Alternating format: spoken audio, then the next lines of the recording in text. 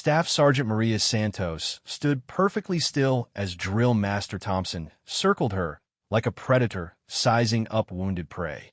The afternoon sun beat down mercilessly on the training grounds at Fort Bradley, but Maria's face remained composed despite the sweat threatening to break through her military bearing.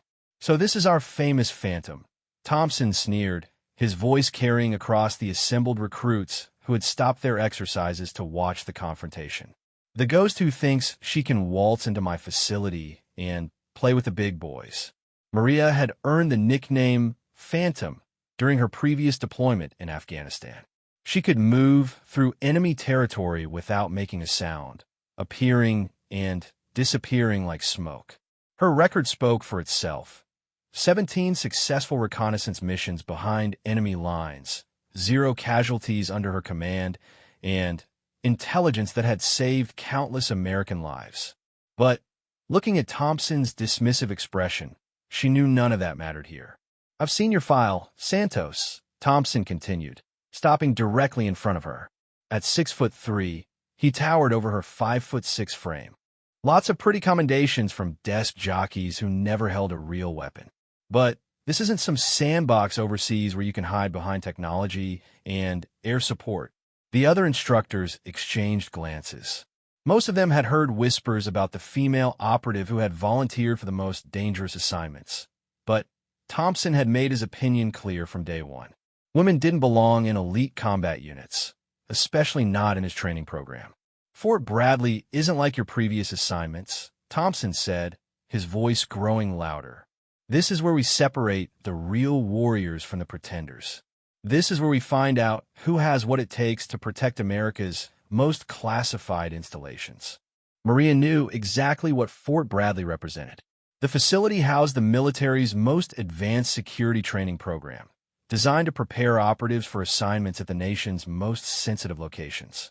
Nuclear facilities, weapons research centers, intelligence headquarters, places where a single security breach could compromise national security. The training program had a 90% failure rate. Even experienced Special Forces operatives struggled with the physical demands, psychological pressure, and technical complexity of modern security systems. Thompson took pride in that failure rate. He believed it proved his methods worked. "I've been running this program for 8 years," Thompson announced to the gathered recruits. "In that time, exactly 0 women have completed the full course. You know why? Because when the bullets start flying and the pressure builds, they crack. Every single time." Maria felt the eyes of 30 recruits watching her reaction. Some looked sympathetic, others seemed curious about how she would respond. A few appeared to agree with Thompson's assessment. She had faced this kind of skepticism throughout her military career, but something about Thompson's arrogance triggered a cold anger deep in her chest. "Sir, with respect," Maria said, her voice steady and professional, "my record speaks for itself. I'm here because command believes I can contribute to this program." Thompson laughed, a harsh sound that echoed off the concrete training buildings. "Command makes a lot of mistakes, Santos. They think political correctness matters more than combat effectiveness. They think putting women in combat roles proves something about equality." He stepped closer, lowering his voice so only she could hear. "But here's what I know about equality, Phantom. When someone tries to breach a nuclear facility at 3 in the morning, they don't care about your feelings or your gender. They care about eliminating threats. And if you freeze up for even 1 second, people die." Maria met his gaze without flinching. She had stared down Taliban fighters and survived firefights that had broken stronger men. One drill instructor with an attitude problem didn't intimidate her. "I understand the stakes, sir," she replied. "That's exactly why I'm here." Thompson's smile turned predatory. "We'll see about that. Class, gather around. Since Phantom here is so confident, let's give her a little demonstration of what real security work looks like." The recruits formed a circle around a mock-up of a high-security checkpoint. The setup included multiple layers of sensors, cameras, motion detectors, and armed guards. Thompson had designed it based on actual installations he had helped secure during his 20-year career. "This is a simplified version of what protects our most sensitive facilities," Thompson explained. Infrared sensors, pressure plates, acoustic monitors, and human guards with shoot-to-kill authorization. The average intruder gets detected within 30 seconds. He turned to Maria with a challenging look. Think you can breach it, Phantom? Maria studied the setup carefully. The checkpoint represented exactly the kind of challenge she had trained for, but Thompson had clearly designed this demonstration to humiliate her. The sensors overlapped in ways that left virtually no blind spots, and the guard positions provided clear fields of fire across every approach route. What are the parameters? She asked.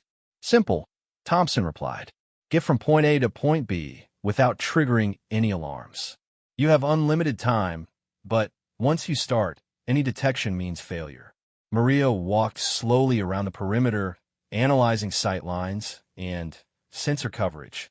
The other recruits watched in silence, some whispering among themselves. She could hear fragments of their conversations. No way she makes it past the infrared grid. Thompson's setting her up to fail. Maybe she'll prove us wrong. After several minutes of observation, Maria returned to the starting position. I'm ready. Thompson checked his watch. Clock starts now. Maria dropped into a low crouch and began moving toward the checkpoint. Her movements were fluid and controlled, each step carefully placed to avoid the pressure sensors embedded in the ground. She had spent years perfecting this kind of movement, learning to distribute her weight in ways that fooled even the most sensitive detection equipment. The first obstacle was a fence line equipped with vibration sensors. Maria approached it from an angle, using her body weight to dampen the fence's natural movement.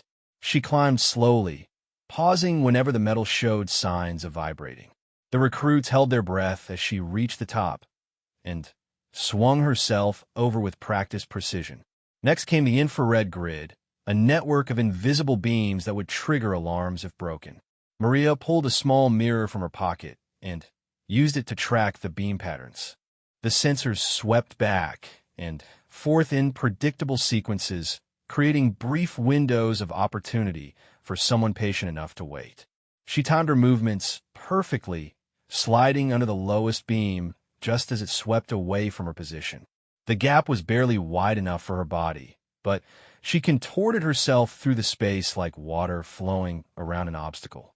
Thompson's confident expression began to waver as Maria navigated past each security measure. She avoided the acoustic sensors by moving only when aircraft passed overhead, masking any sound she might make. She bypassed the motion detectors by staying within the dead zones created by structural supports and equipment placement. The final challenge was the guard post itself. Two armed instructors playing the role of sentries maintained overlapping watch patterns. Maria studied their routine from concealment, noting how their attention shifted and identifying the brief moments when both guards looked away simultaneously. She waited patiently for 20 minutes until the perfect opportunity presented itself.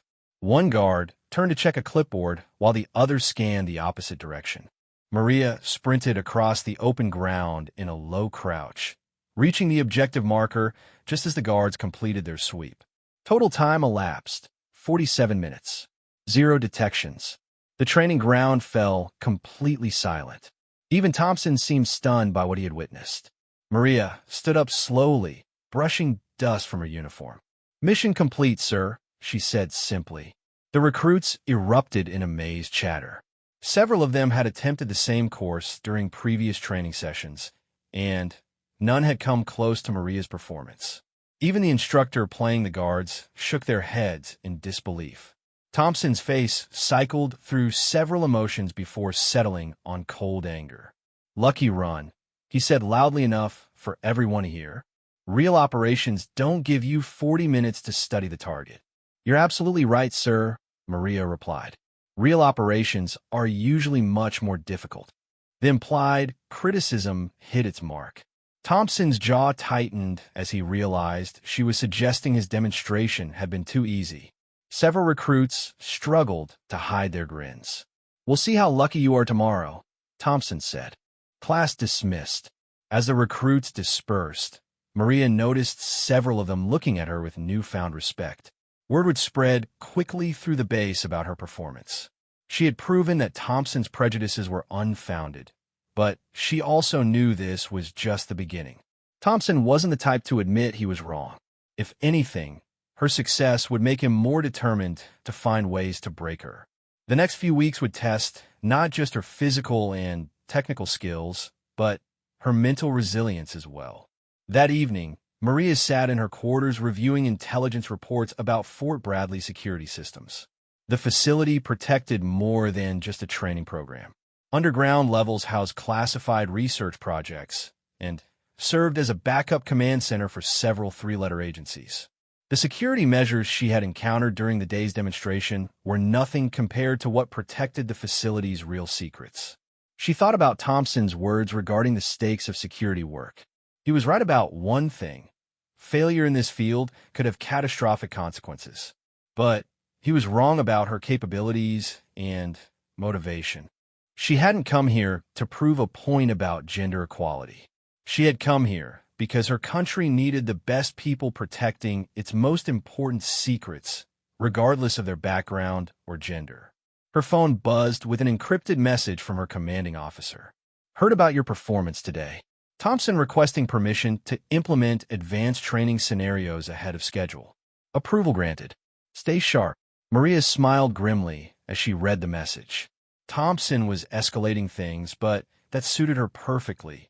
She had trained for years to handle pressure, and she was ready for whatever challenges he could devise. Outside her window, she could see the lights of the facility's underground levels flickering through ventilation grates. Somewhere down there, behind multiple layers of security, sat the kind of secrets that foreign governments would kill to obtain. In a few weeks, she would be responsible for protecting similar installations around the world. Thompson might not believe in her abilities yet, but she would make sure he understood exactly what kind of operator he was dealing with. The ghost known as Phantom had faced much worse than one skeptical drill instructor, and she wasn't about to let his prejudices compromise her mission. The real test was just beginning. 3 weeks had passed since Maria's demonstration at the checkpoint, and Thompson had kept his promise to escalate the training. Every day brought new challenges designed to push the recruits beyond their breaking points.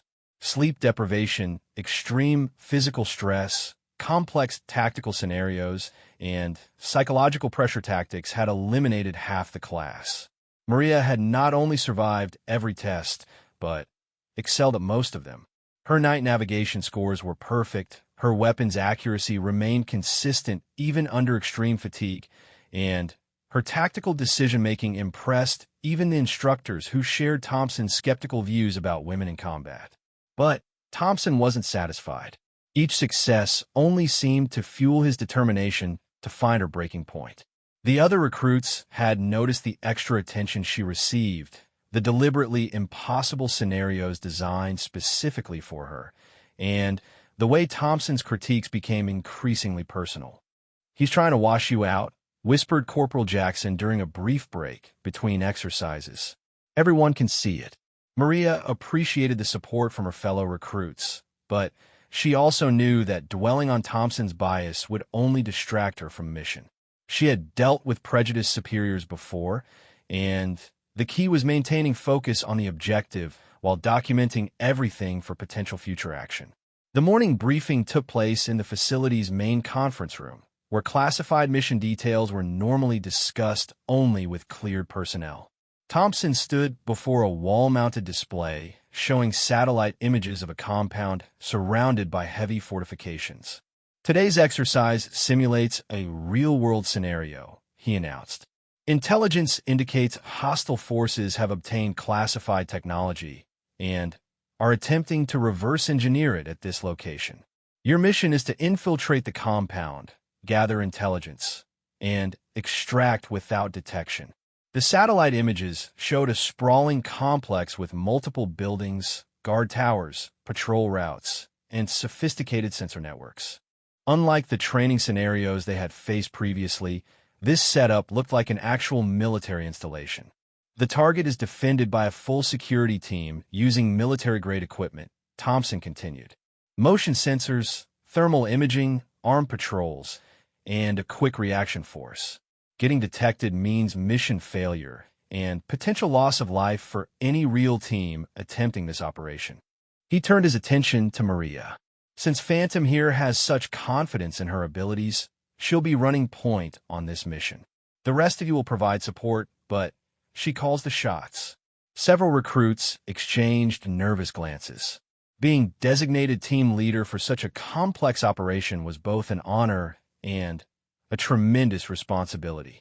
Maria realized that Thompson was setting her up for a very public failure, but she also saw an opportunity to demonstrate leadership skills that went beyond individual performance.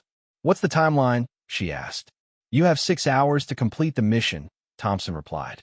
"Intel suggests the technology will be moved to a different location tomorrow morning, so this is your only window." Maria studied the satellite images more carefully, noting the terrain features, building layouts, and defensive positions. The compound sat in a valley surrounded by hills, which provided natural observation points, but also limited approach routes. The defenders had positioned their sensors and patrols to cover the most obvious infiltration paths. "What kind of intelligence are we looking for?" asked Private Henderson, one of the recruits who had consistently performed well in previous exercises. "Documents, computer files, photographs of the technology, and any information about who's funding the operation," Thompson answered. "Standard intelligence gathering, but the security around this target is anything but standard." Maria continued her analysis of the compound layout. The main building appeared to house the research facilities, while smaller structures served as barracks, communication centers, and supply storage.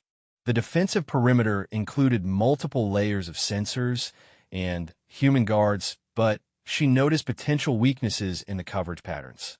"Questions?" Thompson asked, his tone suggesting he expected the mission to overwhelm them. "Yes, sir," Maria replied. "Are we authorized to neutralize sentries if necessary? Or is this a pure stealth operation?" Thompson's eyebrows rose slightly. "Deadly force is authorized only as a last resort. The goal is to get in and out without anyone knowing you were there."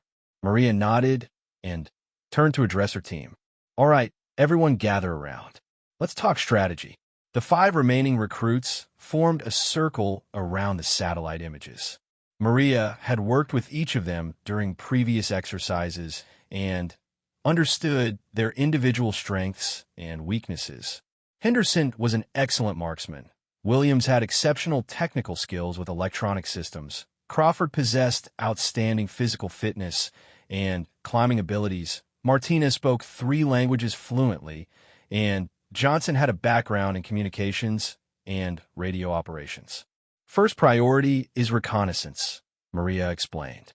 "We need current information about patrol patterns, shift changes, and any security modifications since these satellite photos were taken." She pointed to elevated positions around the compound. "Henderson and Crawford, I want you here and here. Long-range observation with visual confirmation of guard movements. Williams, you'll handle electronic surveillance, monitor their communications, and look for weaknesses in their sensor grid." The team members nodded, already beginning to understand the complexity of the operation.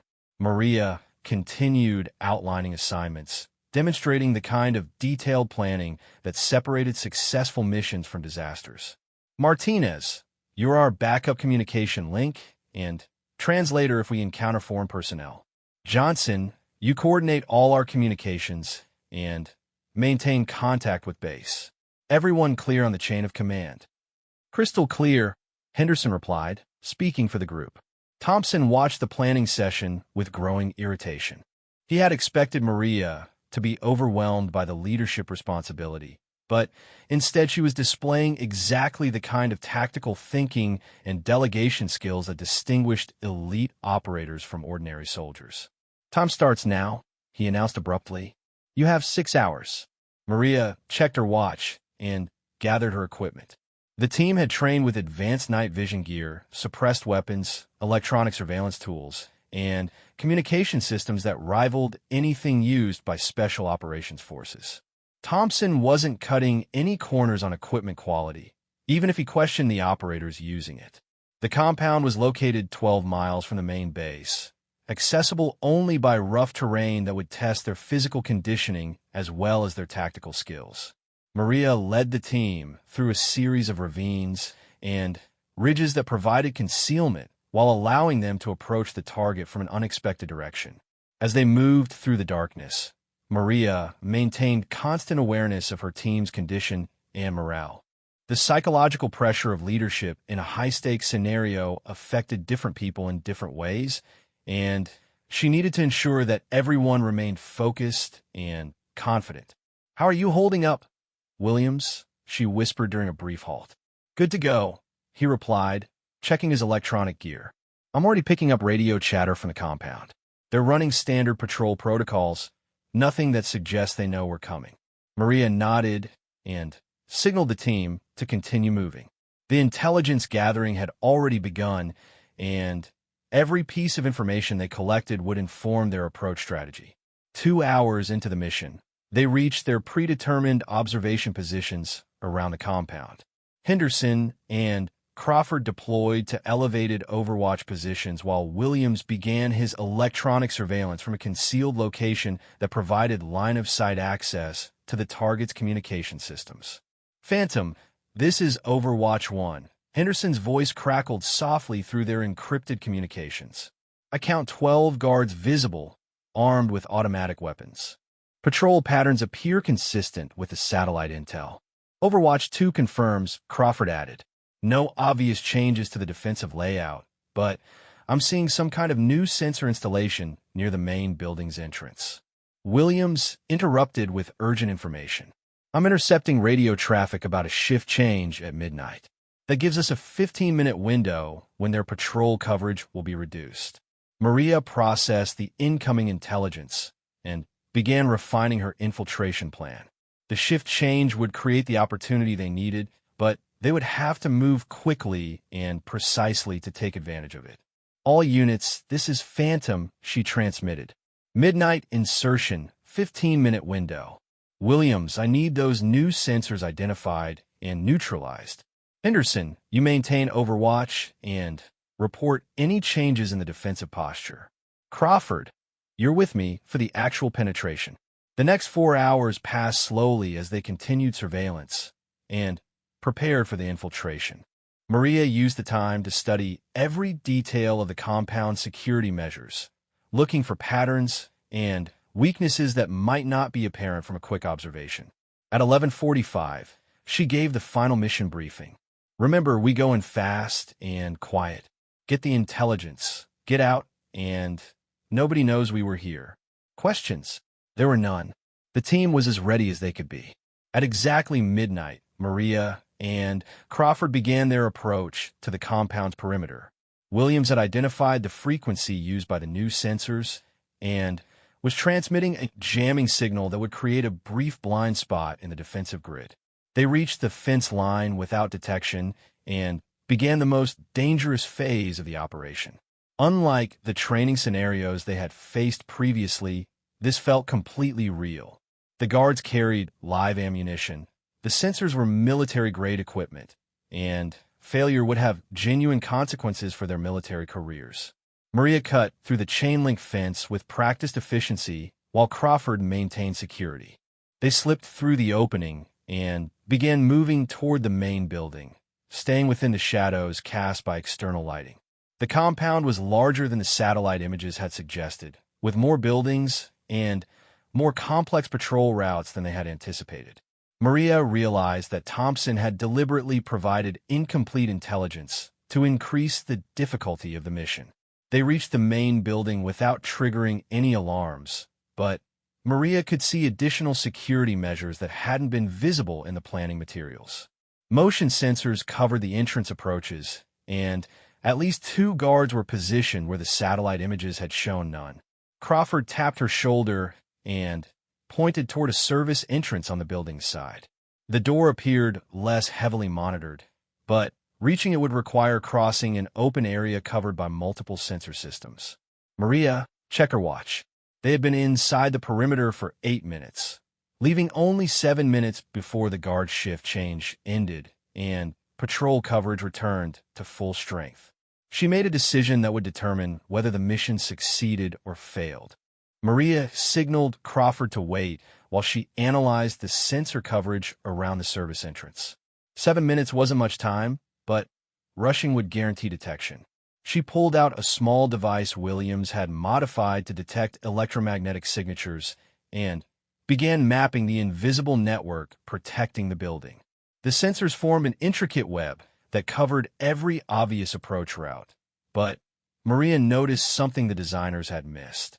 A ventilation shaft on the building's roof created a dead zone where the overlapping sensor fields couldn't reach without triggering false alarms from air movement.